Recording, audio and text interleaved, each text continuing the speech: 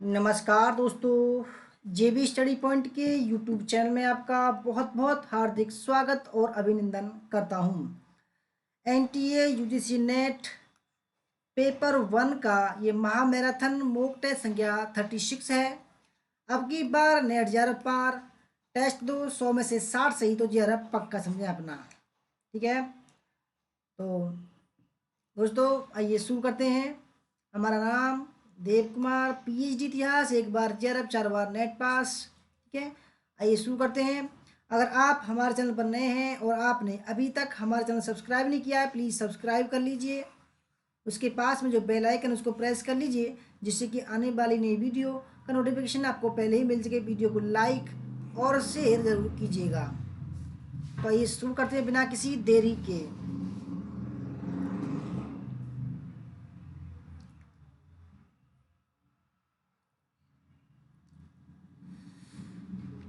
दोस्तों पहला सवाल आपके सामने है।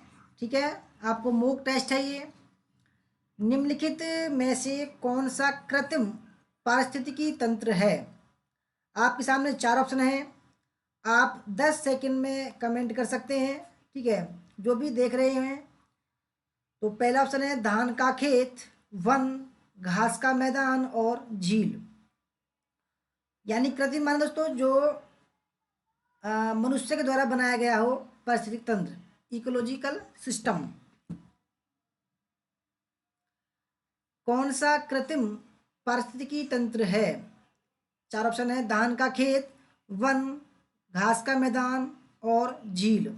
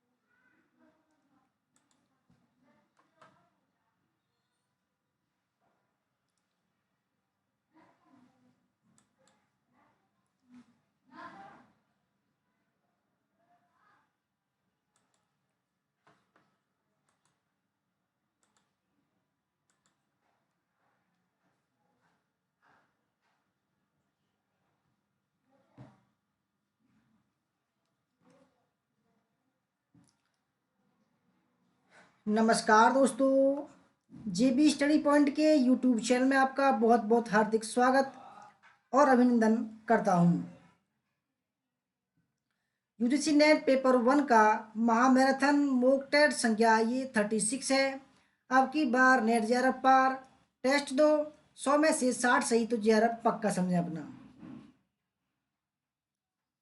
तो फ्रेंड्स बहुत ही बढ़िया मॉक टेस्ट है ये। ठीक है, तो आइए शुरू करते हैं। हमारा नाम देव कुमार, पीएचडी इतिहास, एक बार जेआरएफ 4 बार नेट पास। हमारा नंबर है 8755475312। संपर्क कर सकते हैं आप। अगर आप हमारे चैनल पर नए हैं और आपने अभी तक हमारा चैनल सब्सक्राइब नहीं किया, प्लीज़ सब्सक्राइब कर लीजिए। उसके पास में जो बेल आइकन है उसको प्रेस कर लीजिए, जिससे कि आने वाली नई वीडियो का नोटिफिकेशन आपको पहले ही मिल सके। वीडियो को लाइक और शेयर ज़रूर कीजिएगा, ताकि और जिनको भी ज़रूरत है वो दोस्तों हमसे जुड़ सकें, कनेक्ट हो सकें।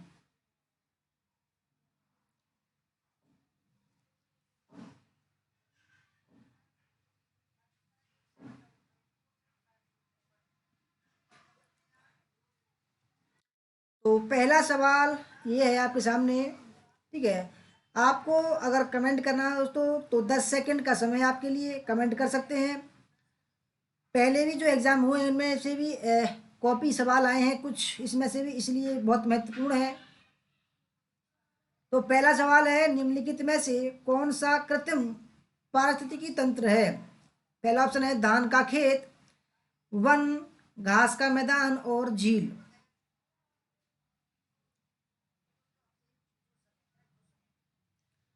तो साथियों, ये जो कृत्रिम है यानी कृत्रिम मन होता है कि मनुष्य द्वारा बनाया गया इकोलॉजिकल सिस्टम, ठीक है।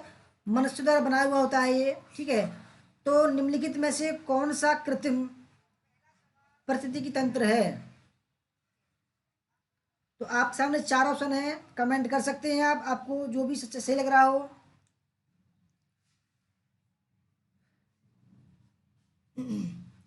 तो फ्रेंड्स, कौन सा कृत्रिम पारिस्थितिकी तंत्र है? तो सही आंसर है धान का खेत, क्योंकि धान का खेत जो है मनुष्य के द्वारा बनाया जाता है, उसमें पानी लगाया जाता है, खाद लगाया जाता है, ठीक है। वन जो है प्राकृतिक होता है, झील प्राकृतिक होता है और घास का मैदान प्राकृतिक होता है, ठीक है।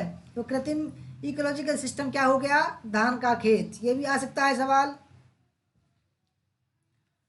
दूसरा सवाल, निम्नलिखित में से कौन एक द्वितीयक प्रदूषक नहीं है?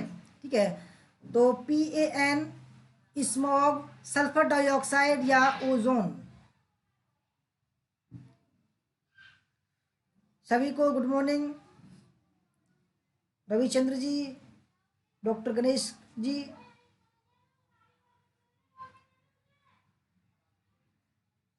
Hello sir Kumari ji, good evening, good morning, sorry, good morning. Vishnu ji, good morning. तो निम्नलिखित में से कौन एक द्वितीयक प्रदूषक नहीं है?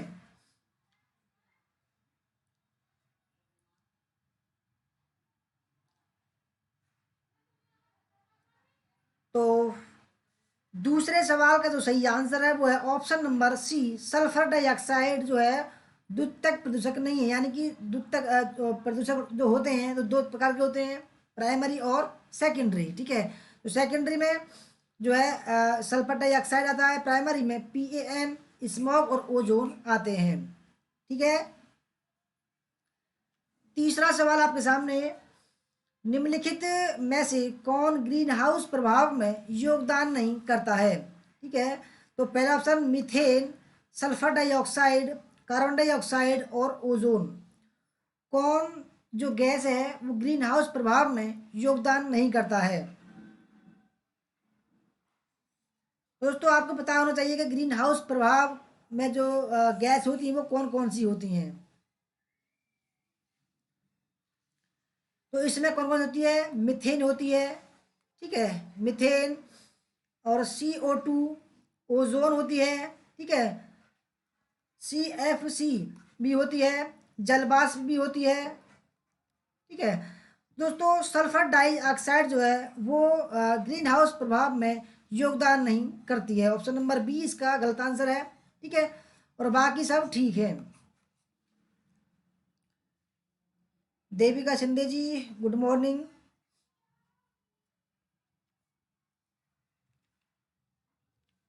चौथा सवाल, पारे और नाइट्रेट से संदूषित जल के उपभोग से निम्नलिखित में से कौन कौन से रोग होते हैं? फ्रेंड्स, हमारे ये जो सवाल थे ये हमने पहले भी चलाए थे, ठीक है, और पेपर में आए भी थे, ठीक है, ऐसी बात नहीं है नहीं आए थे, पेपर में आए थे। अब आपकी बारी है।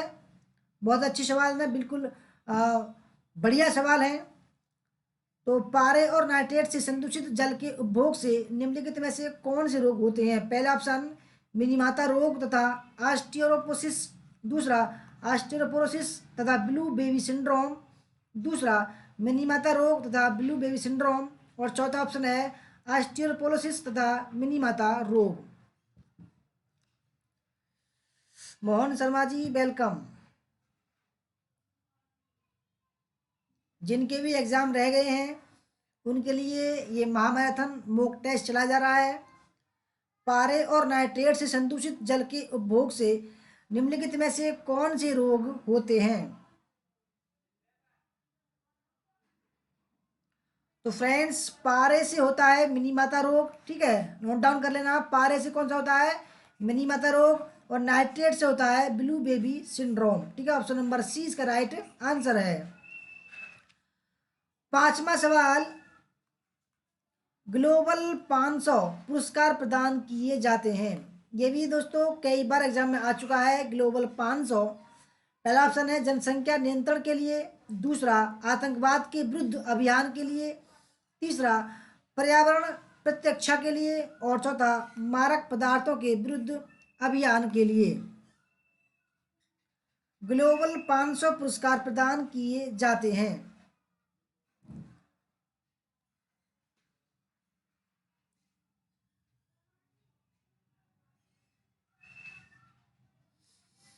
तो ग्लोबल 500 जो पुरस्कार प्रदान किए जाते हैं वो प्रदान किए जाते हैं ऑप्शन नंबर सी, पर्यावरण प्रतिरक्षा के लिए, ठीक है, पर्यावरण की सुरक्षा के लिए ग्लोबल 500 पुरस्कार प्रदान किए जाते हैं।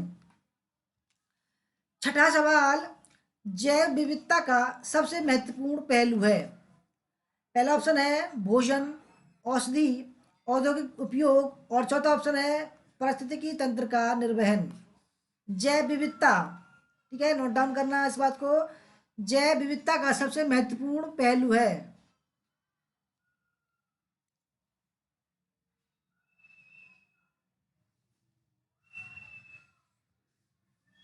तो जैव विविधता का सबसे महत्वपूर्ण जो पहलू है वो है ऑप्शन नंबर 4, पारिस्थितिकी तंत्र का निर्वहन। पारिस्थितिकी तंत्र का निर्वहन से ये जो है जैव विविधता का सबसे महत्वपूर्ण पहलू है। सातवां सवाल, ब्राजील में आयोजित पृथ्वी शिखर सम्मेलन 1992 के संदर्भ में सत्य कथनों पर विचार कीजिए। दोस्तों, पहला जो पृथ्वी शिखर सम्मेलन हुआ था वो ब्राजील में हुआ था, रियो डी जेनेरियो में, ठीक है। उसमें क्या क्या था? तो पहला ऑप्शन, यह जैव विविधता के संरक्षण हेतु विश्व समुदायों द्वारा किया गया प्रथम सम्मेलन है। दूसरा ऑप्शन, इसका उद्देश्य जैव विविधता के घटकों का सतत उपयोग व लाभों को निष्पक्ष और एक प्रकार से साझा करना है, एक समान प्रकार से, ठीक है। और तीसरा, न तो पहला और न दूसरा, और चौथा ऑप्शन है ए और बी दोनों।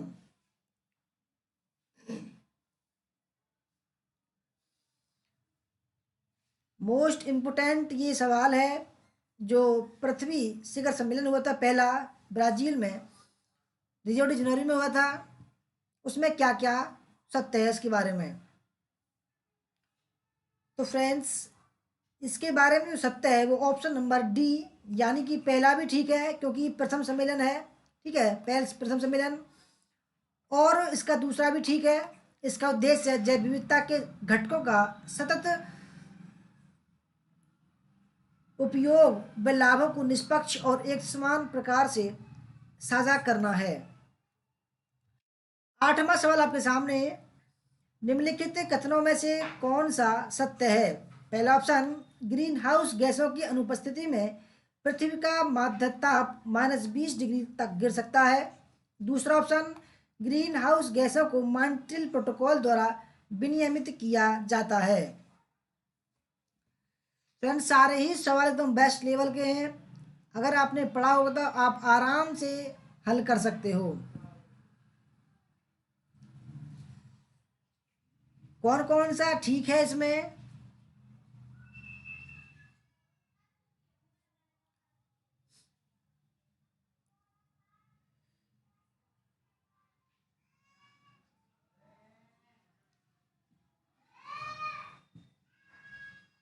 जितने भी साथी देख रहे हैं हम तो उससे ही खुश हैं, क्योंकि ये तो हम तो एक्स्ट्रा में चला रहे हैं, क्योंकि हमारा सब्जेक्ट हिस्ट्री था।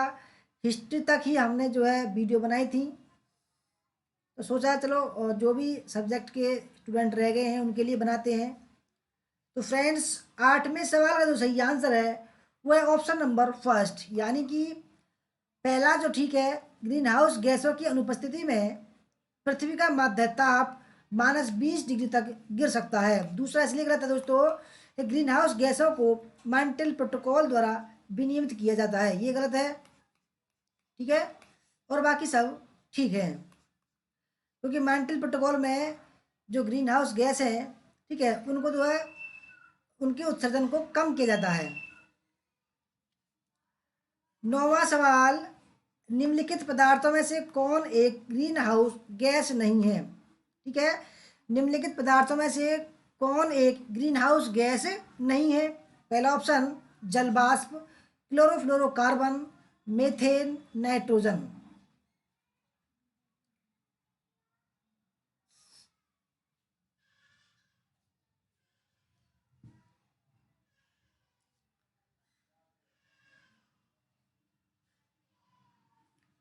तो ग्रीन हाउस गैस मैंने आपको पहले बताई थी, जल वाष्प होती है, क्लोरोफ्लोरोकार्बन होती है और मीथेन होती है, जबकि नाइट्रोजन और सल्फर ये नहीं होती है। ठीक है, ग्रीन हाउस गैस में कौन कौन सी है?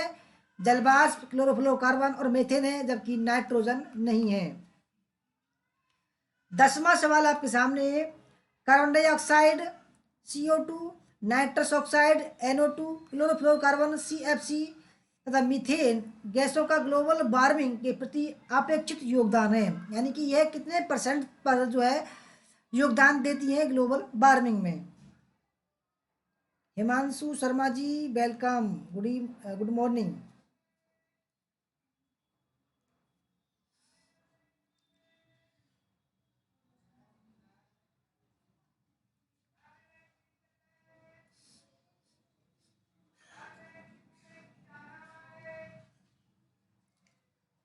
तो फ्रेंड्स, जो देखो सबसे ज़्यादा से सबसे कम में बताएगा ये, तो सबसे ज़्यादा किसका है योगदान? कार्बन डाइऑक्साइड का। ऑप्शन नंबर सी इसका राइट आंसर है। सबसे ज़्यादा कार्बन डाइऑक्साइड का है, उससे कम मीथेन का है, उससे कम नाइट्रोजन ऑक्साइड का है और नाइट्रस ऑक्साइड का, और उससे कम है क्लोरोफ्लोरोकार्बन का। ठीक है, इसका जो क्रम है उसको याद रखना, सबसे ज़्यादा कार्बन डाइऑक्साइड, फिर मीथेन, उससे कम नाइट्रस ऑक्साइड, उससे कम CFC। ये कई बार एग्जाम में आ सकता है। ठीक है दोस्तों, ठीक है। 11वां सवाल, दिसंबर 2015 में हुए सदस्य राष्ट्रों के सम्मेलन कॉन्फ्रेंस ऑफ पार्टीज COP21 में स्वीकृत पेरिस समझौता इस दस्तावेज पर किनके द्वारा हस्ताक्षर किए जाने पर प्रभावी होगा? यानी कि दिसंबर 2015 में जो एक सम्मेलन हुआ था पेरिस में, जिसको बोलते हैं पेरिस समझौता, उसमें क्या क्या था, ये सवाल है। तो पहला ऑप्शन है 51 UNFCCC सदस्य राष्ट्र जो कम से कम 51% भूमंडलीय ग्रीन हाउस गैस उत्सर्जन करते हैं। दूसरा, 51 UNFCCC राष्ट्र संयुक्त सदस्य राष्ट्र जो कम से कम 55% भूमंडलीय ग्रीन हाउस गैस उत्सर्जन करते हैं। तीसरा ऑप्शन, 55 UNFCCC सदस्य राष्ट्र जो कम से कम 55% भूमंडलीय ग्रीन हाउस गैस उत्सर्जन करते हैं। और चौथा है 75 UNFCCC सदस्य राष्ट्र जो कम से कम 51% भूमंडलीय ग्रीन हाउस गैस उत्सर्जन करते हैं। यानी कि दोस्तों किन किन के जो कितने सदस्यों ने उसमें हस्ताक्षर किए थे, ये सवाल ये पूछ रहा है। पेरिस समझौता ये कई बार एग्जाम में आ चुका है। ठीक है, मोस्ट इंपोर्टेंट सवाल है।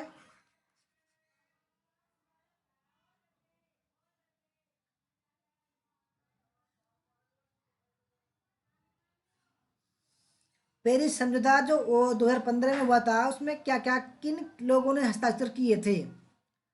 तो फ्रेंड्स, सही आंसर है इसका ऑप्शन नंबर सी। पेरिस समझौता 2015 में जो हुआ था, उसमें 55 देशों ने UNFCCC सदस्य राष्ट्र जो कि जो 55% जो है ग्रीन हाउस गैस उत्सर्जन करते हैं, उन्होंने हस्ताक्षर किए थे। 12वां सवाल, निम्नलिखित में से कौन सही सुमेलित नहीं है? ठीक है दोस्तों, बढ़िया सवाल है, कौन सुमेलित नहीं है? पहला, प्रथम विश्व जलवायु सम्मेलन 1979। दूसरा ऑप्शन है प्रथम पृथ्वी शिखर सम्मेलन एजेंडा 21। तीसरा, पृथ्वी शिखर सम्मेलन +5 1997। और चौथा, कार्बन व्यापार मॉन्ट्रियल प्रोटोकॉल। कौन सा सम्मिलित नहीं है?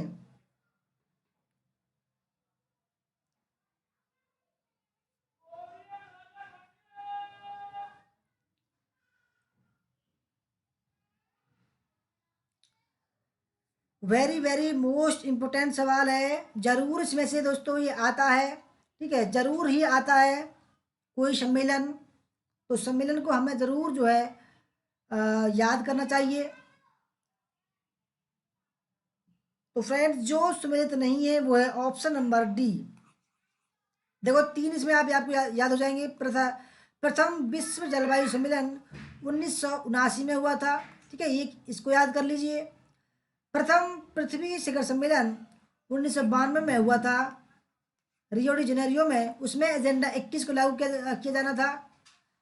पृथ्वी शिखर सम्मेलन +5 1997 में हुआ था। ये देखो तीन याद कर लीजिए। और कारण व्यापार नहीं दोस्तों, ये था जो ग्रीन हाउस जो प्रभाव था उनके उत्सर्जन में, जो गैस थी उनके उत्सर्जन में कमी करना था। 13वां सवाल, निम्नलिखित में से कौन सा एक ओजोन का अपक्षय करने वाले पदार्थों के प्रयोग पर नियंत्रण करने और उन्हें चरणबद्ध रूप से प्रयोगवाह करने, फेजिंग आउट के मुद्दे से संबंध है? यानी कि जो ओजोन का जो अपक्षय करते हैं पदार्थ, उनको नियंत्रण करने और उनको जो यूज होता है उनका, उनको बाहर करना, यानी कि जो यूज नहीं हो उनका जो है मुद्दा है, वो किस में सम्मिलित है? पहला, ब्रेटन वुड्स सम्मेलन, मॉन्ट्रियल प्रोटोकॉल, क्योटो प्रोटोकॉल और नगोया उपसंधि।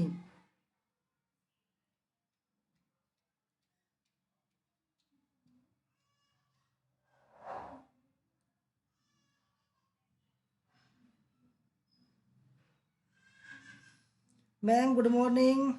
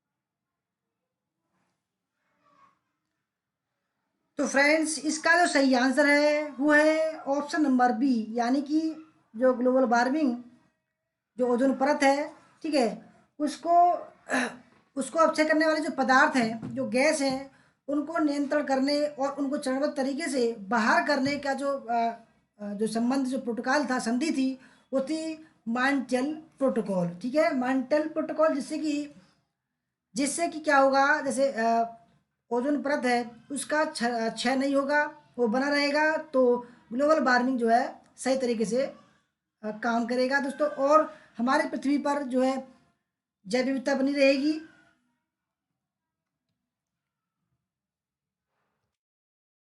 14वां सवाल, निम्नलिखित कथनों पर विचार कीजिए। पहला, ओजोन विघटन हेतु सर्वाधिक जिम्मेदार पदार्थ CFC है, यानी क्लोरोफ्लोरोकार्बन है। दूसरा ऑप्शन है, मॉन्ट्रियल प्रोटोकॉल के तहत 2000 तक विकसित देशों एवं 2010 तक विकासशील देशों को CFC का उत्सर्जन रोकने को कहा गया। तीसरा ऑप्शन, मॉन्ट्रियल प्रोटोकॉल के अंतर्गत CFC के अलावा हेलान, HFC, CH3BR आदि को भी शामिल किया गया। अर्पिता उपाध्याय जी वेलकम, वंदना वर्मा जी वेलकम, रंजीत कुमार जी वेलकम। रवि जी बोल रहे हैं ए और डी को समझा दो प्लीज। रवि जी, कौन सा सवाल की बात कर रहे हैं आप, इस 14वें सवाल की?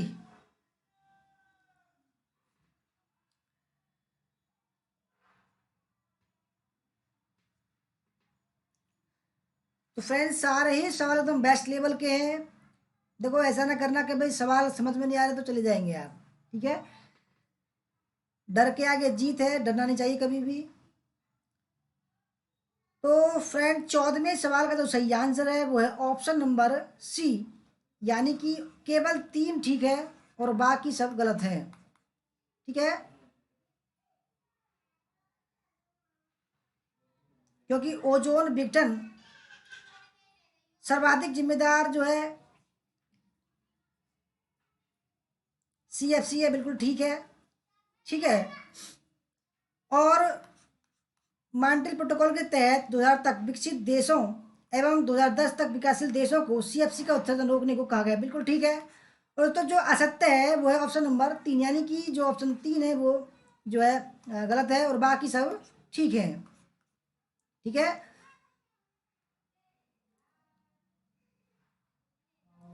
तीसरा गलत है, पहला सही है और दूसरा सही है, ठीक है।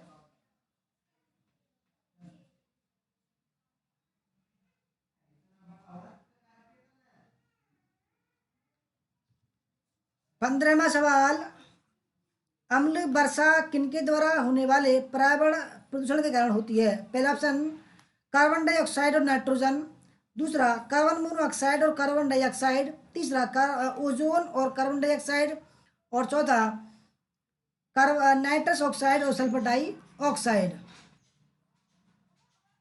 प्रीति Mishra ji welcome, good evening, sorry good morning. Bhagyashree Rana ji नमस्ते, good morning. Pritam Priya ji good morning.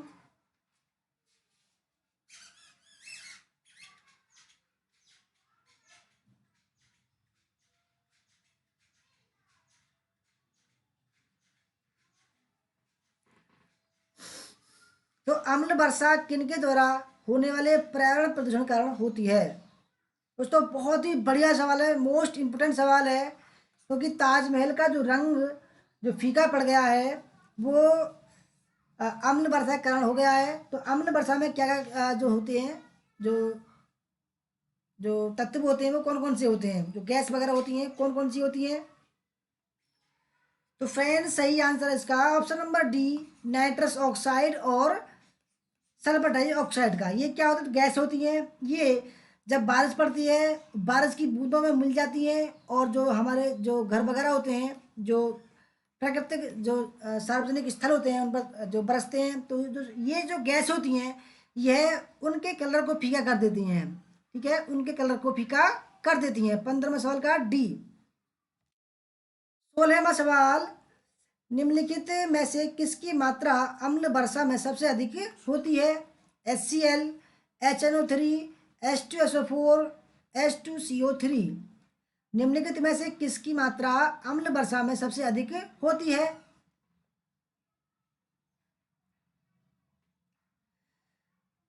Kavita Singh ji welcome, good morning.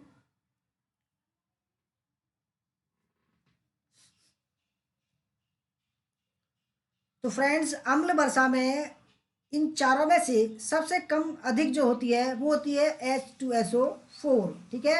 H2SO4 की सबसे अधिक मात्रा अम्ल वर्षा में होती है। 17वां सवाल, अम्ल वर्षा से होने वाली मानवीय बीमारियों एवं समस्याओं में से सही का चयन कीजिए। कैंसर, किडनी, पल्मोनरी एम्फीसिया, ब्रांकाइटिस या श्वसन रोग। अम्ल वर्षा से होने वाली मानवीय बीमारियों एवं समस्याओं में से सही का चयन कीजिए।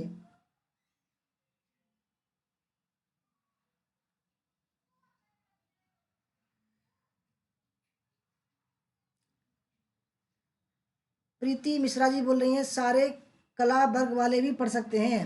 देखो पेपर फर्स्ट है, ये यूजीसी नेट पेपर फर्स्ट है, वो सभी के लिए आता है, ऐसी बात नहीं है। साइमा रफीक जी वेलकम, गुड मॉर्निंग। जिनका पेपर फर्स्ट में ये सब है, क्योंकि अभी जो चल रहे हैं सवाल ये इन्वायरमेंट के चल रहे हैं। अम्ल वर्षा से होने वाली मानवीय बीमारियों एवं समस्याओं में से सही का चयन कीजिए। तो फ्रेंड सही आंसर है ऑप्शन नंबर डी, यानी कि सभी ठीक है। कैंसर भी होता है, किडनी समस्या भी होती है, पल्मोनरी एम्फीसिया भी होता है, ब्रांकाइटिस भी और श्वसन रोग भी होता है अम्ल वर्षा से। 18वां सवाल, सतत विकास के संदर्भ में निम्नलिखित में से सही कथन का चयन कीजिए। पहला, सतत विकास की आधुनिक संकल्पना 1987 की द ब्रेटलैंड रिपोर्ट हमारा साझा भविष्य से प्राप्त की गई। दूसरा ऑप्शन, पर्यावरण एवं विकास पर विश्व आयोग इसी से संबंधित है। तीसरा, एजेंडा 21 इसी से संबंधित है। Lakshmi ji good morning, welcome.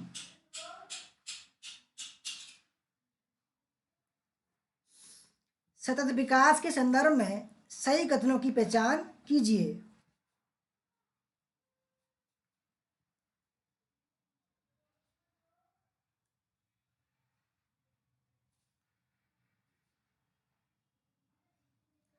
तो फ्रेंड्स, सही आंसर है 18वें सवाल का ऑप्शन नंबर डी, यानी कि जो सतत विकास है, ठीक है, जो चरणबद्ध चलेगा, आने वाली पीढ़ी के लिए जो संसाधन है, प्राकृतिक संसाधन, उनको हमें बचाना है, उसको बोलते हैं सतत विकास, ठीक है। उसकी आधुनिक जो संकल्पना थी 1987 की द ब्रेटलैंड रिपोर्ट हमारा सदा भविष्य से प्राप्त की गई, ठीक है। उसके बाद में पर्यावरण एवं विकास पर विश्व आयोग की इसी संबंध है। और एजेंडा 21 1992 जो एजेंडा 21 है सतत विकास से ही संबंधित है।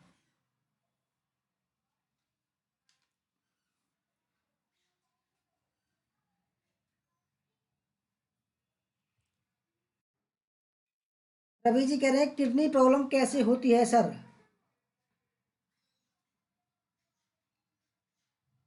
किडनी प्रॉब्लम, भाई किडनी प्रॉब्लम कैसे होगी, जब आपके जो यूरिन में जो यूरिया की मात्रा जम जाएगी, ठीक है, तो तेजाब बनने लगेगा आपका। तेजाब में क्या होता है, H2SO4 होता है, ज़्यादा मात्रा में बनने लगेगा तो क्या होगा, किडनी प्रॉब्लम होगी, किडनी फेल हो जाएगी आपकी। 19वां सवाल, निम्नलिखित कथनों पर विचार कीजिए। पहला, धारणीय विकास लक्ष्य पहली बार 1972 में एक वैश्विक विचार मंडल थिंक टैंक ने, जिसे क्लब ऑफ रोम कहा जाता था, प्रस्तावित किया गया था। दूसरा ऑप्शन, धारणीय विकास लक्ष्य 2030 तक प्राप्त किए जाने हैं। मोस्ट इम्पोर्टेंट सवाल है ये, ठीक है। धारणीय विकास लक्ष्य या सस्टेनेबल डेवलपमेंट गोल्स यानी कि SDG, हर एक बार इसके ऊपर सवाल आते हैं, हर एक बार इसको नोट डाउन कर लेना, ठीक है। बहुत बेहतरीन सवाल है दोस्तों ये। संदीप पटेल जी वेलकम आपका।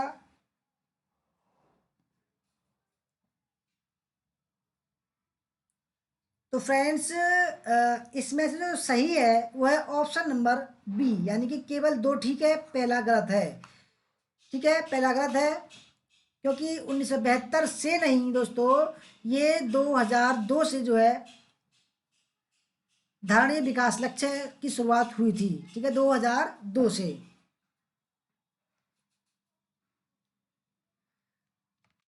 20वां सवाल, प्रथम पृथ्वी शिखर सम्मेलन के संदर्भ में सही कथन का चयन कीजिए। तो पहला ऑप्शन है यह 1992 में ब्राजील के रियो डी जनेरियो में आयोजित किया गया। दूसरा, इस सम्मेलन के दौरान एजेंडा 21 अपनाया गया।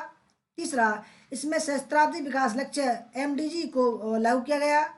और चौथा, नए ग्रह पर जीवन की खोज के संदर्भ में अंतर्राष्ट्रीय सहमति बनी। यानी कि दोस्तों 1992 का जो प्रथम पृथ्वी शिखर सम्मेलन था उसके बारे में कौन कौन से उसमें सहमति बनी थी, कौन कौन से विचारों पर।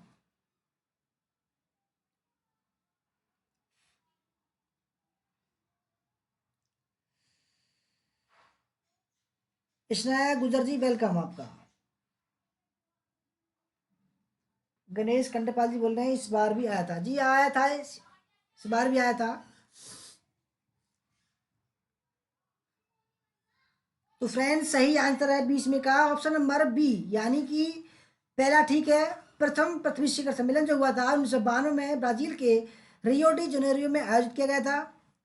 ऑप्शन नंबर 2 ठीक है। इसमें एजेंडा 21 को अपनाया गया था, एजेंडा 21 को अपनाया गया था, परंतु इसमें MDG सहस्त्राब्दी विकास लक्ष्य को नहीं अपनाया गया था।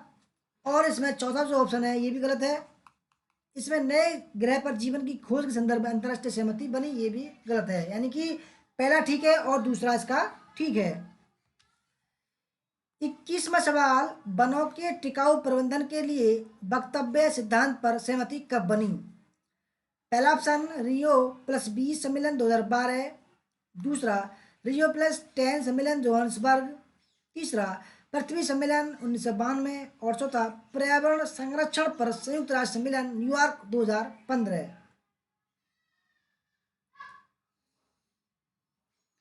तमन्ना आनंद जी वेलकम।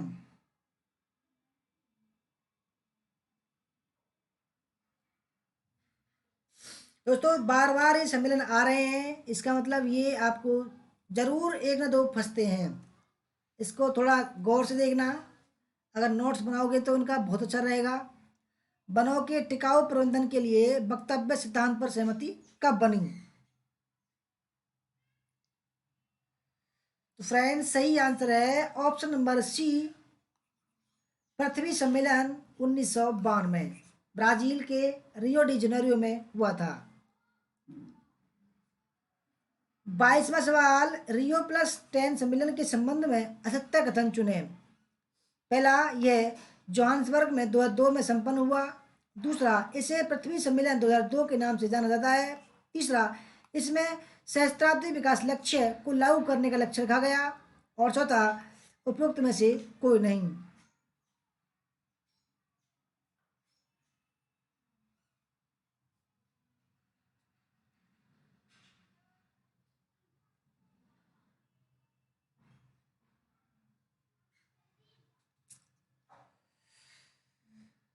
तो फ्रेंड्स रियो प्लस 10 सम्मेलन के संबंध में असत्य पहचानना आपको, ठीक है। 22वें सवाल का सही आंसर है ऑप्शन नंबर डी, यानी कि कोई भी इसमें से गलत नहीं है। पहला ठीक है, दूसरा ठीक है और तीसरा ठीक है। यह जो रियो प्लस 10 जो सम्मेलन है वो जोहान्सबर्ग में अफ्रीका में 2002 में संपन्न हुआ था। इसे पृथ्वी सम्मेलन 2002 के नाम से जाना था, बिल्कुल ठीक है। इसमें सहस्त्राब्दी विकास लक्ष्य, ठीक है, मिलेनियम डेवलपमेंट गोल्स को लागू करने का लक्ष्य रखा गया। 23, आमतौर पर समाचारों में आने वाला प्लस 20 सम्मेलन क्या है? तो फ्रेंड जहाँ रियो आ जाए, रियो हुआ था 1992 में, ठीक है, और प्लस या 5 आए या 10 आए या 12 आए तो उसमें 20 और जोड़ दो तो कितना हो जाएगा? 92 प्लस 20 2012। तो पहला ऑप्शन यह धारणीय विकास सस्टेनेबल डेवलपमेंट पर संयुक्त राष्ट्र सम्मेलन है। दूसरा, यह विश्व व्यापार संगठन की मंत्रिवर्गीय बैठक है। तीसरा, यह जलवायु परिवर्तन पर अंतर सरकारी पैनल का सम्मेलन है। और चौथा, यह जैव विविधता पर कन्वेंशन के सदस्यों का सम्मेलन है। सवाल है, आमतौर पर समाचारों में आने वाला रियो प्लस 20 सम्मेलन क्या है? हरिनंदन जी वेलकम आपका।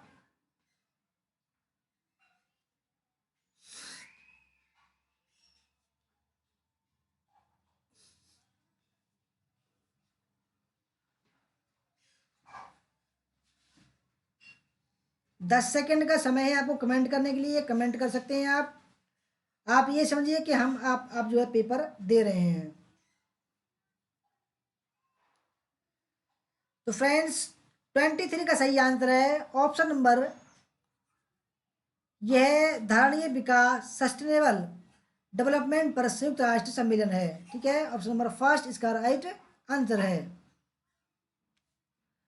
24, पर्यावरण संरक्षण अधिनियम 1986। दोस्तों मोस्ट इंपोर्टेंट है, ये भी आ सकता है क्योंकि हमारे जो सिलेबस में है पेपर फर्स्ट के में ये दे रखा है।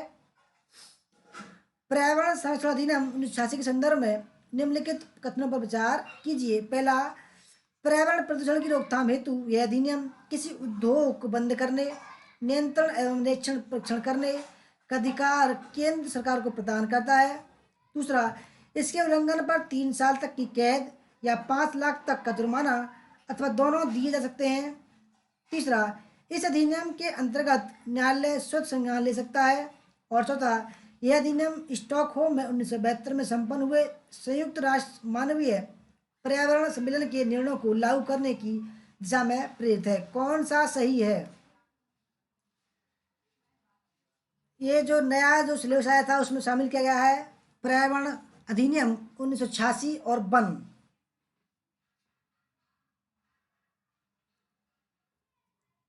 सारे ही सवाल बेस्ट बेस्ट बेस्ट लेवल के हैं। वो आपकी सोच पर डिपेंड करता है कि आप देखते हैं या छोड़कर जाते हैं।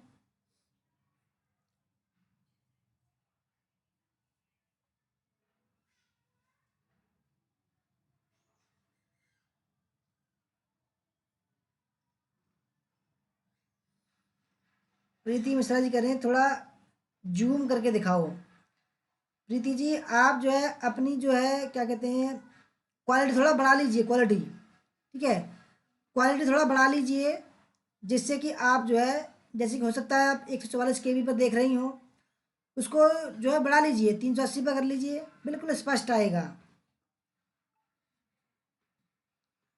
बिल्कुल स्पष्ट आएगा। आप अपनी क्वालिटी बढ़ा लीजिए।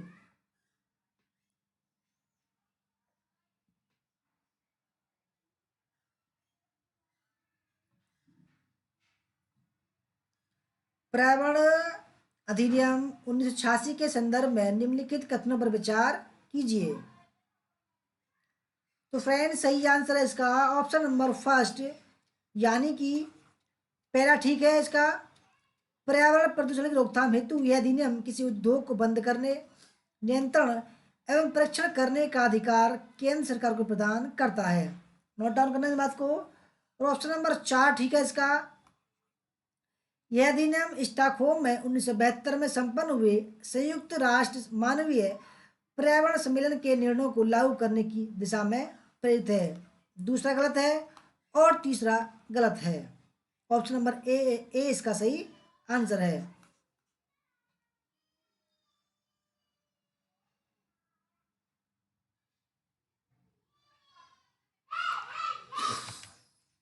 पच्चीसवा सवाल रविचंद्र जी, इसमें वैसे 100 सवाल हैं वैसे तो, ठीक है 100 सवाल हैं। तो पहला सवाल 25 में का पहला पहला जो सवाल है, नई राष्ट्रीय वन नीति।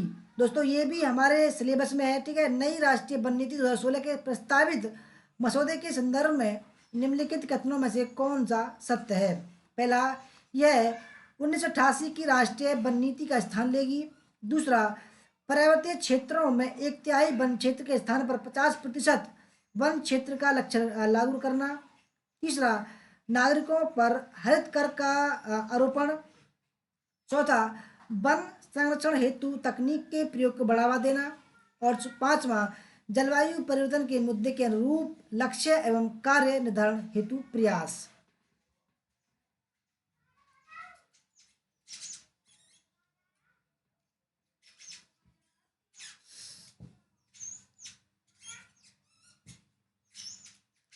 नई राष्ट्रीय वन नीति 2016 के प्रस्तावित मसौदे के संदर्भ में कौन सा सत्य है?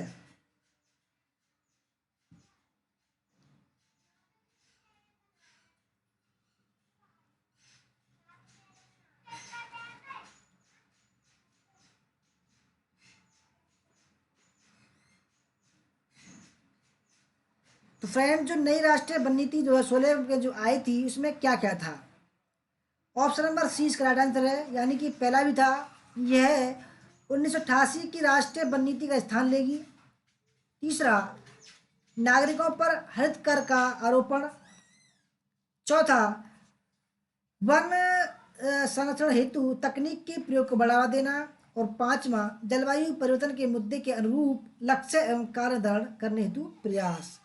मोस्ट इंपोर्टेंट सवाल है, ठीक है 25 में का सी।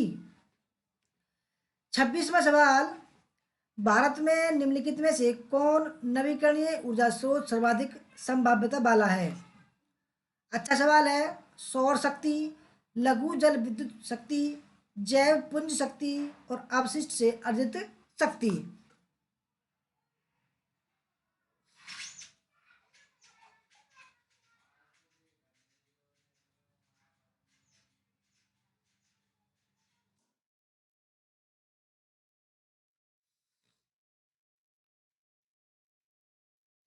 भारत में निम्नलिखित में से कौन नवीकरणीय ऊर्जा स्रोत सर्वाधिक संभाव्यता वाला है? रविचंद्र जी, ग्रीन टैक्स उन पर लगेगा जो पर्यावरण जो है उसको नुकसान पहुंचाएगा, जैसे कि प्लास्टिक जलाना, उन पर जो है उनको पकड़ कर उन पर जुर्माना लगाया जाएगा। भाई जो प्लास्टिक जलाते हैं वो कितना बड़ा अपराध करते हैं, अपना स्वार्थ देखते हैं और दूसरों को जो है नुकसान करते हैं वो।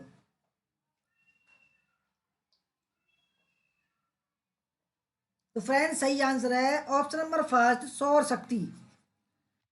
27वां सवाल, निम्नलिखित ईंधनों में से कौन सा न्यूनतम पर्यावरणीय प्रदूषण उत्पन्न करता है? दोस्तों ये एग्जाम में आ चुका सवाल है, ठीक है, ये हमने करवाई थी पीडीएफ। ये बिल्कुल डिट्टो आया था सवाल, कॉपी सवाल आया था। ये देखिए बिल्कुल कॉपी सवाल आया था।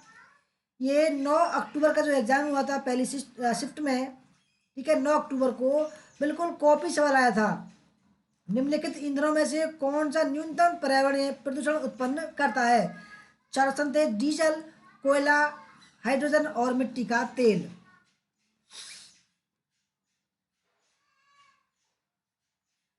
प्रगति Gautam ji welcome, good morning आपका।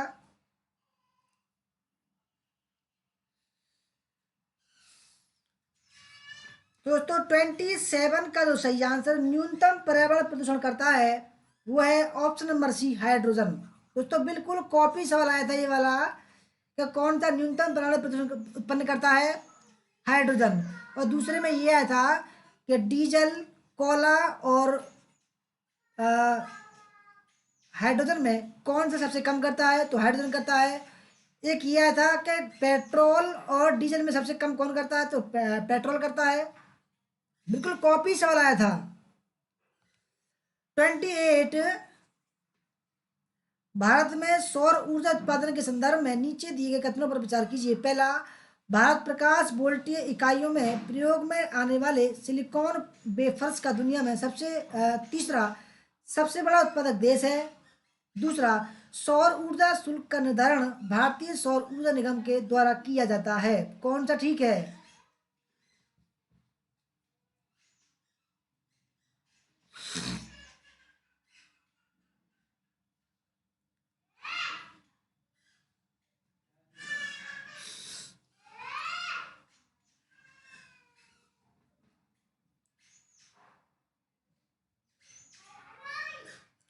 भारत में सौर ऊर्जा उत्पादन के संदर्भ में नीचे दिए गए कथनों पर विचार कीजिए।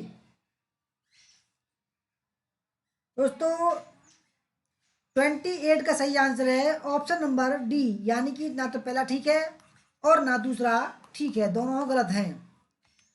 29, निम्नलिखित में से कौन सा सहस्त्राब्दी विकास लक्ष्य एसडीजी सस्टेनेबल डेवलपमेंट गोल नहीं है? तो ये भी एक कॉपी सवाल आया था, ठीक है, ये भी एक सवाल आया था कॉपी बिल्कुल। आपको उनको बताना था कि सहस्त्राब्दी विकास लक्ष्य कौन कौन सा नहीं है, ठीक है। तो पहला ऑप्शन था उसमें अत्यधिक निर्धनता और भूख का उन्मूलन। दूसरा, मातृ स्वास्थ्य में सुधार। तीसरा, सभी आयु वर्ग के व्यक्तियों के लिए स्वस्थ जीवन की सुनिश्चित करना और खुशहाली को बढ़ाना। और चौथा, पर्यावरणीय संपोषणीय को सुनिश्चित करना।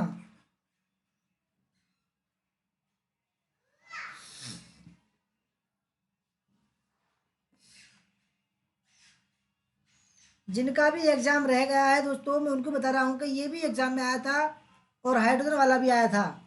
बिल्कुल कॉपी सवाल आए थे, ये देखिए हमने जो कराए हैं वो बिल्कुल कॉपी सवाल आए हैं। आप पूछ सकते हैं उनसे कि भाई आए या नहीं आए हैं। तो फ्रेंड 29 का जो सही आंसर है, यानी कि जो सहस्त्राब्दी विकास लक्ष्य में जो नहीं है वो है ऑप्शन नंबर सी, नहीं है। सभी आयु वर्ग के व्यक्तियों के लिए स्वस्थ जीवन की सुनिश्चित करना और खुशहाली बढ़ाना, तो ये नहीं है। और क्या क्या था सहस्त्राब्दी विकास लक्ष्य में? पहला था अत्यधिक निर्धनता और भूख का उन्मूलन था। मातृ स्वास्थ्य में सुधार करना था और पर्यावरणीय संपोषणीय को सुनिश्चित करना था। तीसरा सवाल, सतत विकास लक्ष्यों के संबंध में निम्नलिखित में से कौन से प्राथमिक वाले क्षेत्र हैं?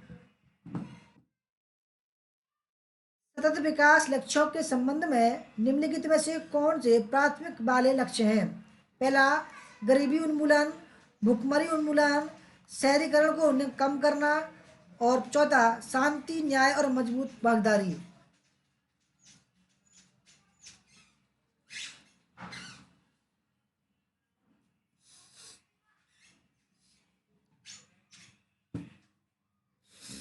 दोस्तों, जब ऐसे सवाल जब आते हैं तो बच्चे क्या करते हैं भाई,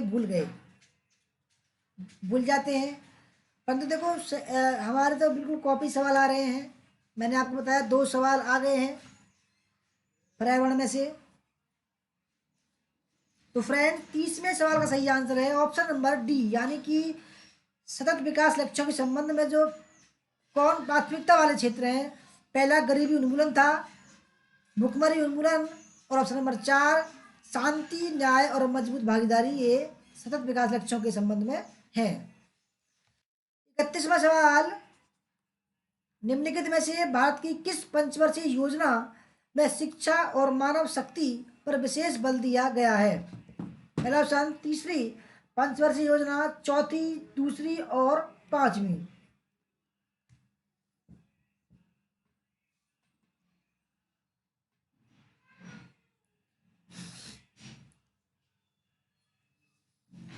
भारत की किस पंचवर्षीय योजना में शिक्षा और मानव शक्ति पर विशेष बल दिया गया है?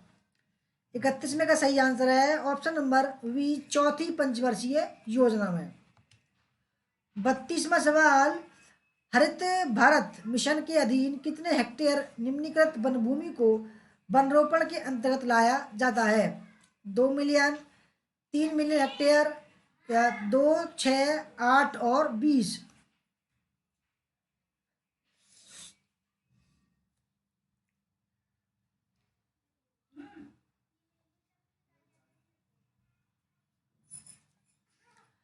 हरित भारत मिशन के अधीन कितने हेक्टेयर निम्नलिखित वन भूमि को वनरोपण के अंतर्गत लाया जाता है?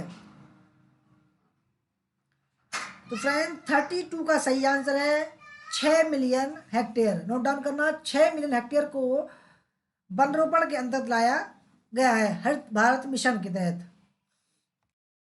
33, सतही ओजोन की निर्मित में निम्नलिखित में से कौन महत्वपूर्ण भूमिका निभाते हैं? यानी कि जो सतही ओजोन है उसको बनाने में, पहला ऑप्शन नाइट्रोजन के ऑक्साइड, सल्फर के ऑक्साइड, सूर्य का प्रकाश, या कार्बन मोनोऑक्साइड।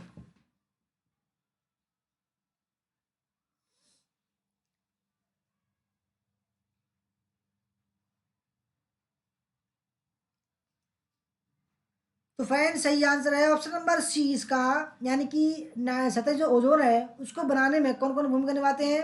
पहला नाइट्रोजन के ऑक्साइड, सूर्य का प्रकाश, और option number D carbon monoxide.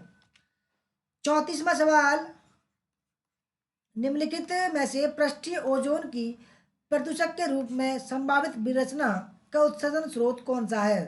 परिवहन क्षेत्र, प्रतिसतन तथा वातानुकूलन, वेटलैंड्स और उर्वरक। वेटलैंड्स माने दोस्तों भीगे हुए क्षेत्र, गीले क्षेत्र।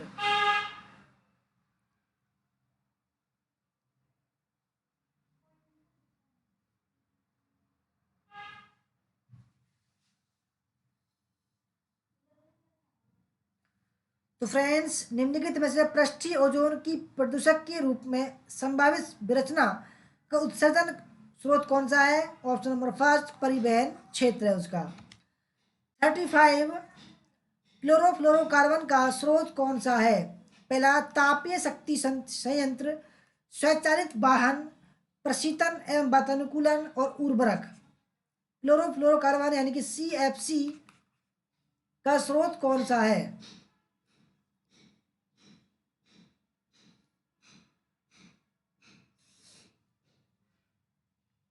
तो फ्रेंड, सही आंसर है प्रशीतन और वातानुकूलन, यानी कि एयर कंडीशन और जो फ्रिज वगैरह होते हैं वो जो है क्लोरोफ्लोरोकार्बन का मुख्य स्रोत हैं। 36, निम्नलिखित में से कौन सा नवीकरणीय स्रोत नहीं है? स्वच्छ वायु, ताज़ा पानी, उर्वरक मिट्टी, या नमक।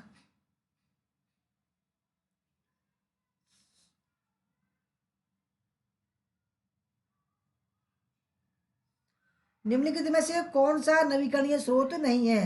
ये आ सकता है आपके एग्जाम में।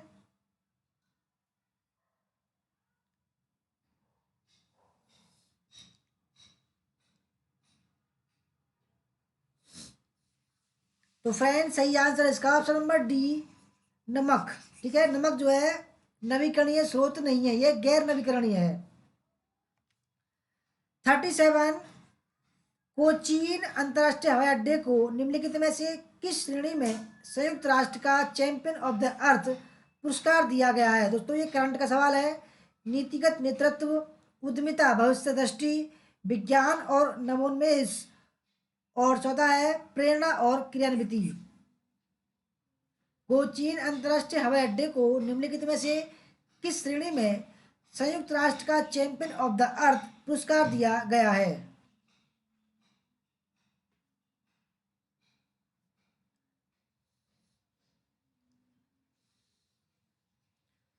तो फ्रेंड सही आंसर है उद्यमिता भविष्य दृष्टि के रूप में। ठीक है, नोट डाउन करना, उद्यमिता भविष्य दृष्टि के रूप में कोचीन अंतर्राष्ट्रीय हवाई अड्डे को चैंपियन ऑफ द अर्थ का पुरस्कार दिया गया है। 38, निम्नलिखित में से किसको गौण वायु प्रदूषक माना जाता है?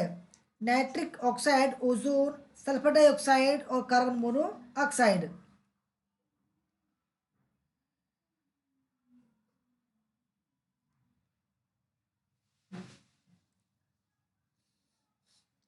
निम्नलिखित में से किसको गौण वायु प्रदूषक माना जाता है?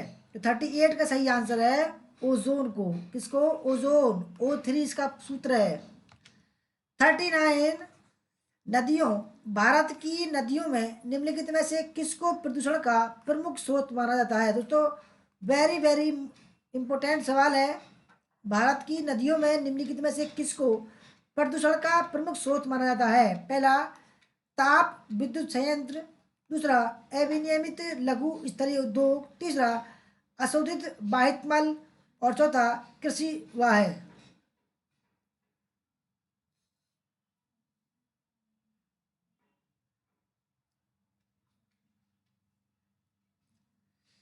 तो फ्रेंड सही आंसर है अनट्रीटेड स्वेज, यानी कि अशोधित बाहित मल। फेमस सवाल है, वेरी वेरी इंपॉर्टेंट सवाल है ये। 40वां सवाल, ध्वनि प्रदूषण के परिणाम स्वरूप क्या होता है? पहला रोग प्रतिरोधी तंत्र कमजोर हो जाता है, अनिद्रा, वाक रुद्धता, रक्तचाप में वृद्धि, श्रवण सीमा में बदलाव और श्वसन संबंधी समस्याएं। ए के ब्लास्ट जी वेलकम, ब्रांच हेड जी वेलकम।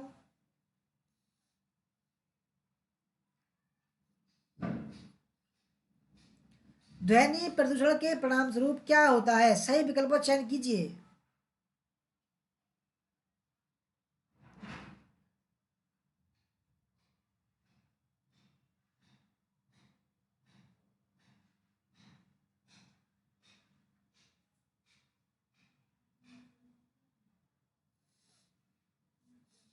तो फ्रेंड 40वें सवाल का सही आंसर है ऑप्शन नंबर बी, यानी कि क्या होता है? अनिद्रा होती है। ठीक है, और ऑप्शन नंबर सी वाक रुद्धता होती है, और डी रक्तचाप में वृद्धि होती है, और ई श्रवण सीमा में बदलाव होते हैं। ठीक है, ध्वनि प्रदूषण के परिणाम स्वरूप। 41, सिस्टोइस्मियासिस, जो कि पानी के संपर्क में आने से होने वाली एक सामान्य बीमारी है, निम्नलिखित में से किससे फैलती है? गियार्डिया, इकोलाई, सर्केरिया और अमीबा से फैलती है।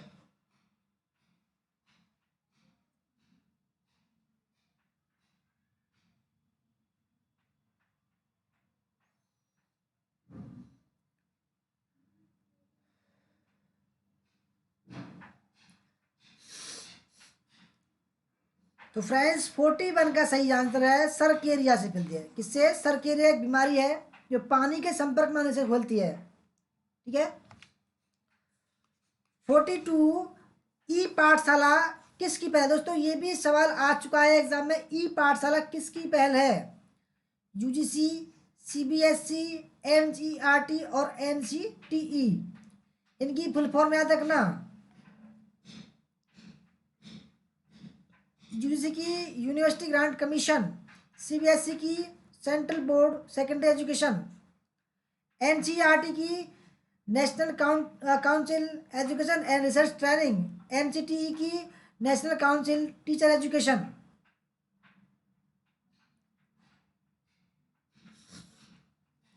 ई पाठशाला किसकी पहल है दोस्तों? सही आंसर है एनसीईआरटी की। एनसीईआरटी की जो दोस्तों ई पाठशाला इसकी एक पहल है। 43, नेत्रों में जलन किस प्रदूषक वस्तु के कारण होती है? सल्फर डाइऑक्साइड, ओजोन, पेन या नाइट्रस ऑक्साइड? नेत्रों में जलन किस प्रदूषक वस्तु के कारण होती है? तो फ्रेंड सही आंसर है पेन। पेन कारण होती है। 44, निम्नलिखित में से कौन नवीकरणीय प्राकृतिक संसाधन है?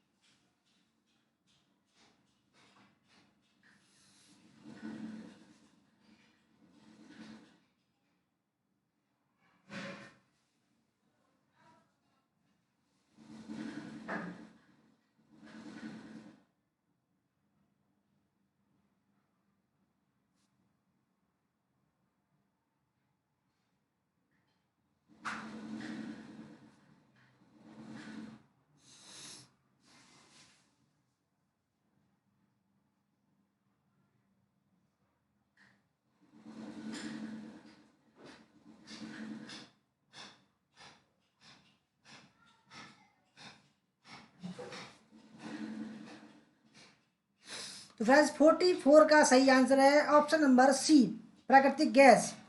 ठीक है।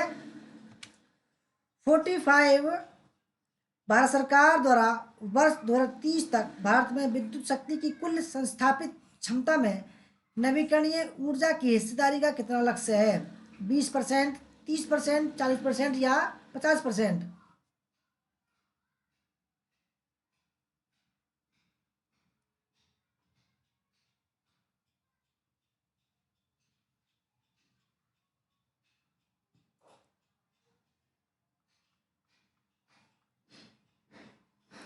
Meena Kumari ji good afternoon, welcome आपका।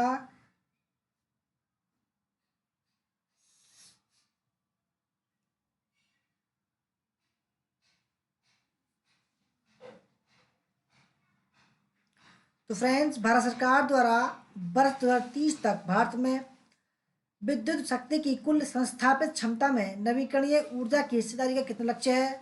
तो 45 का जो सही आंसर है वो है 30% का लक्ष्य रखा गया है, 30% का।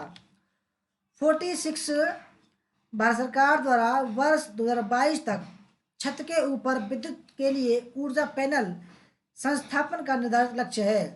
40 गीगावाट, 50 गीगावाट, 60 गीगावाट या 100 गीगावाट? विनय कुमार जी वेलकम आपका।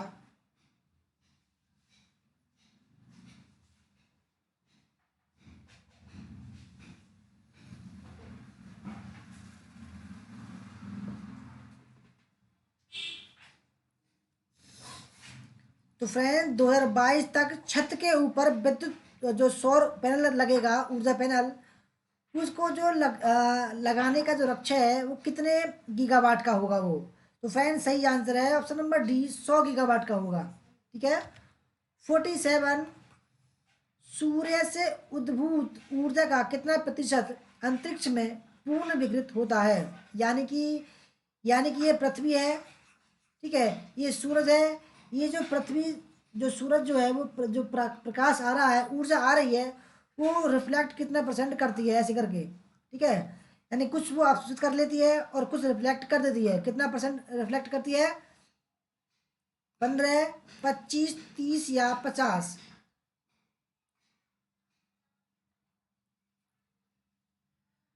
तो फ्रेंड्स, जो सूर्य से उद्भूत ऊर्जा का कितना प्रतिशत अंतरिक्ष में पूर्ण विघटित होता है 30% होता है। ठीक है, नोट डाउन करना, 30% विघटित होता है।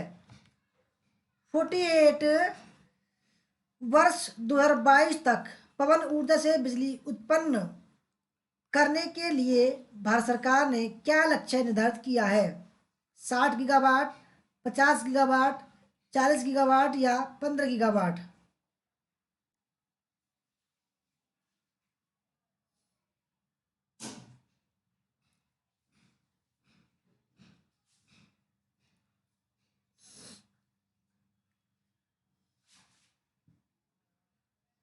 तो फ्रेंड्स, वर्ष 2022 तक पवन ऊर्जा, जो पवन यानी कि हवा से जो बनती है ऊर्जा, पवन चक्कियों के माध्यम से बिजली उत्पन्न करने के लिए भारत सरकार ने क्या लक्ष्य निर्धारित किया है? 48 का सही आंसर है 60 गीगावाट। कितना दोस्तों? 60 गीगावाट।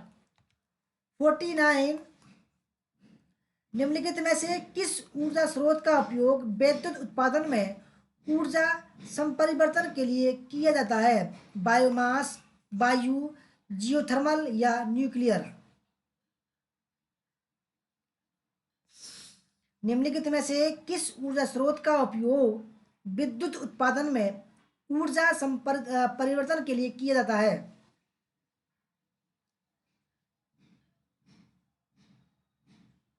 तो फ्रेंड्स, सही आंसर है वायु का प्रयोग किया जाता है। ठीक है, वायु। 50वां सवाल, भारत की ऊर्जा आवश्यकता में जीवाश्मी ईंधन यानी कि फॉसिल फ्यूल के बाद योगदान करने वाला दूसरा सबसे महत्वपूर्ण स्रोत है? सौर ऊर्जा, नाभिक ऊर्जा, जल ऊर्जा और पवन ऊर्जा?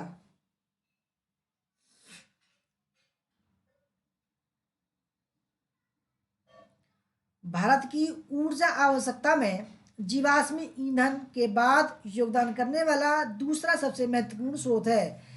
जीवाश्मी ईंधन क्या होता है दोस्तों? कोला वगैरह होते हैं, यानी कि कई साल तक दोस्तों जो चट्टान वगैरह हैं वो दब गई। ठीक है, यानी कि जो उस चट्टानों में क्या दब गए, जैसे कि पेड़ पौधे दब गए, पशु दब गए, उनसे दोस्तों क्या बन गया? चट्टान बन गई कोयले की। ठीक है, तो उनको बोलते हैं फॉसिल फ्यूल। उनसे यानी कि जो पेट्रोल वगैरह बन गया उनसे ही। ठीक है, कोयला भी बन गया उनसे ही। तो 50वां सवाल का जो सही आंसर है वो है ऑप्शन नंबर सी, जल ऊर्जा। ठीक है, जल ऊर्जा। 51वां सवाल, भारत में लगभग कितनी भूतापीय विद्युत की संभाव्यता है? 10 गीगावाट, 5 गीगावाट, 20 गीगावाट या 25 गीगावाट? भारत में लगभग कितनी भूतापीय विद्युत की संभाव्यता है? यानी कि दोस्तों, जैसे कहीं कहीं ऐसा होता है कि जमीन में से कुछ गड्ढे बन जाते हैं। ठीक है, यानी कि कुछ जमीन है, ये जमीन में से गड्ढे बन गए। ठीक है, वो गहरे गड्ढे होते हैं जिनमें से भाप निकलती रहती है। ठीक है, तो उस भाप से दोस्तों क्या करते हैं वो वैज्ञानिक? उस भाप से जो है बिजली बनाते हैं, उसको बोलते हैं भूतापीय विद्युत की विद्युत। तो फ्रेंड्स, इसकी जो संभावना है हमारे देश में, भारत में, वो कितनी है? तो सही आंसर है 10 गीगावाट की संभावना है उसी भाप से। 52वां सवाल, निम्नलिखित में से कौन से प्रावधान पर्यावरण संरक्षण अधिनियम 1986 में प्रयुक्त प्रत्यक्ष रूप से शामिल है? पहला ऑप्शन, वनों की सुरक्षा और संरक्षण तथा उससे जुड़े मामले। दूसरा, जल प्रदूषण का निवारण और नियंत्रण। तीसरा, वन्य जीवों, पक्षियों और पौधों की संरचना, सॉरी, सुरक्षा तथा संरक्षण तथा इससे जुड़े मामले। और चौथा ऑप्शन है मानव परिवेश का संरक्षण और सुधार तथा खतरों का निवारण। तो निम्नलिखित में से कौन से प्रावधान पर्यावरण संरक्षण अधिनियम 1986 में प्रत्यक्ष रूप से शामिल हैं?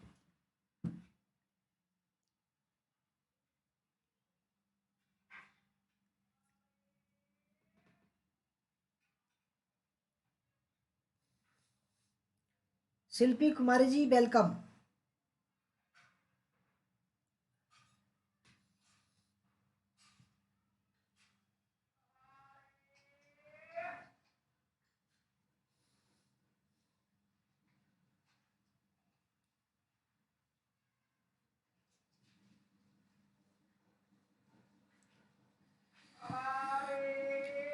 तो फ्रेंड्स 52 का जो सही आंसर है वो है ऑप्शन नंबर डी। यह क्या शामिल है 1986 के प्रावधान में, पर्यावरण संरक्षण अधिनियम 1986 के प्रावधान में प्रत्यक्ष रूप से क्या शामिल है, मानव परिवेश का संरक्षण और सुधार तथा खतरों का निवारण। 53 संयुक्त राष्ट्र द्वारा अपनाए गए सहस्त्राब्दी विकास लक्ष्यों के संदर्भ में निम्नलिखित कथनों पर विचार कीजिए। पहला, अति निर्धनता और भुखमरी का उन्मूलन, मातृ स्वास्थ्य में सुधार, उत्तरदायित्वपूर्ण उपभोग का उत्पादन, और चौथा, बाल मृत्यु दर को कम करना। कौन सा ठीक है?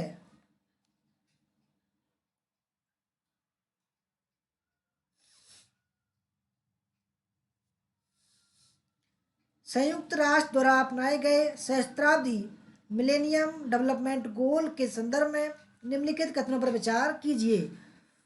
वेरी वेरी मोस्ट इंपोर्टेंट है एमडीजी और एसडीजी।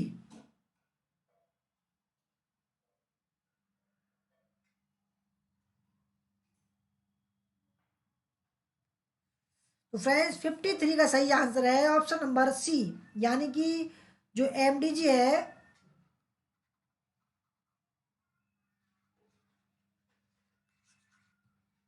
एमडीजी में क्या शामिल है, अति निर्धनता और भुखमरी का उन्मूलन, मातृ स्वास्थ्य में सुधार, ऑप्शन नंबर डी, बाल मृत्यु दर को कम करना। 54वां सवाल, अंतर्राष्ट्रीय सौर संधि इंटरनेशनल सोलर अलायंस की स्थापना हेतु संयुक्त रूप से किसने प्रयास किया था? यूएसए और भारत, भारत और फ्रांस, स्वीडन और भारत, चीन और भारत। हिस्ट्री ज्ञान जी वेलकम।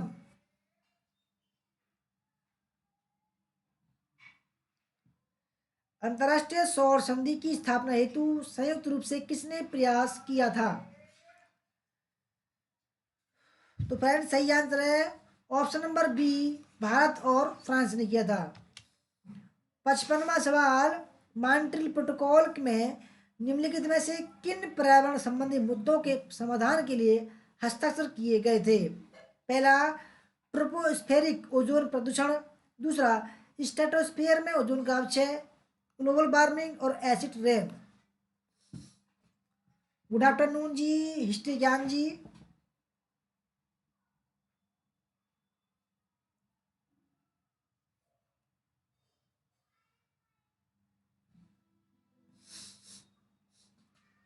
तो फ्रेंड्स, मॉन्ट्रियल प्रोटोकॉल में निम्नलिखित में से किन पर्यावरण संबंधी मुद्दों के समाधान के लिए हस्ताक्षर किए गए थे? तो फ्रेंड्स सही आंसर है ग्लोबल वार्मिंग के, ठीक है, ग्लोबल वार्मिंग के मुद्दे पर, ठीक है, हस्ताक्षर किए गए थे।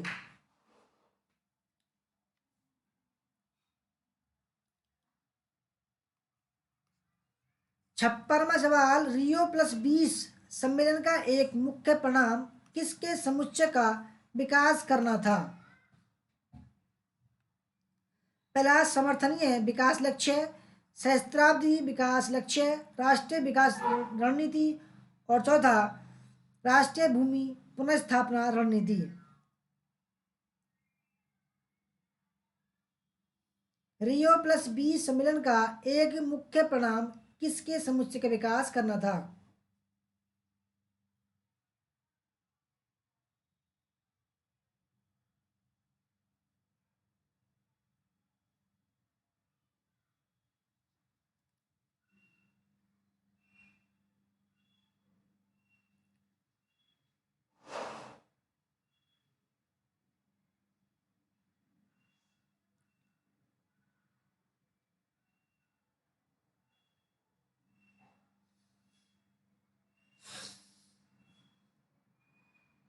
तो फ्रेंड 56वें सवाल का सही आंसर है ऑप्शन नंबर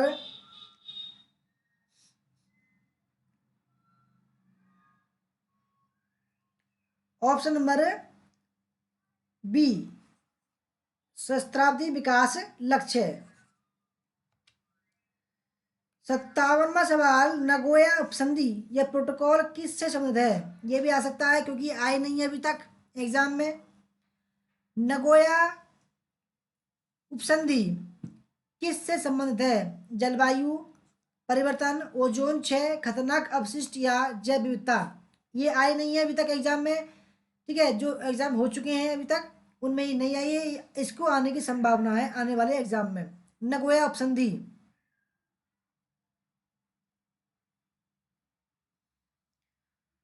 तो फ्रेंड्स नगोया उपसंधि क्या है, ये है ऑप्शन नंबर डी, जैव विविधता से।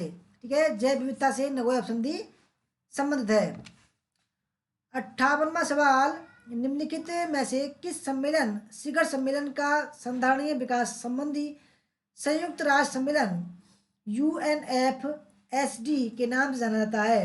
स्टॉकहोम 1972, रियो डी जेनेरियो सम्मेलन 1992, जोहान्सबर्ग शिखर सम्मेलन 2002, रियो प्लस बी सम्मेलन 2012।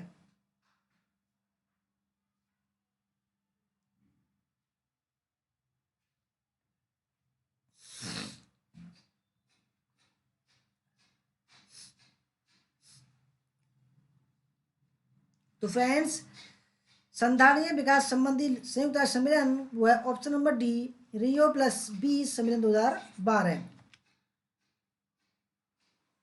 59वां सवाल, क्योटो प्रोटोकॉल के अंतर्गत दूसरी प्रतिबद्धता अवधि में 1992 के स्तर तक कम से कम कितने प्रतिशत हरित गृह गैस कटौती की जाएगी? 10%, 12%, 15% या 18%?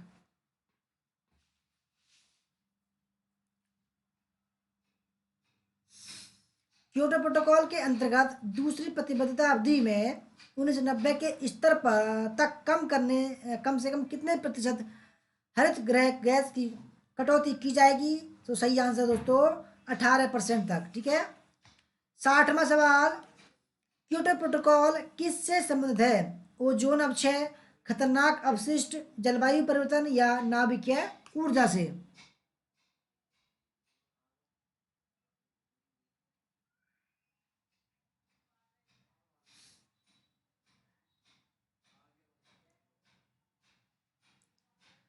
दोस्तों क्योटो प्रोटोकॉल किससे संबंधित है? ऑप्शन नंबर सी, जलवायु परिवर्तन से। दोस्तों आज यहीं तक ही हम समाप्त करते हैं। ठीक है, अगली वीडियो में जब लाएंगे हो सकता है शाम को ले आए।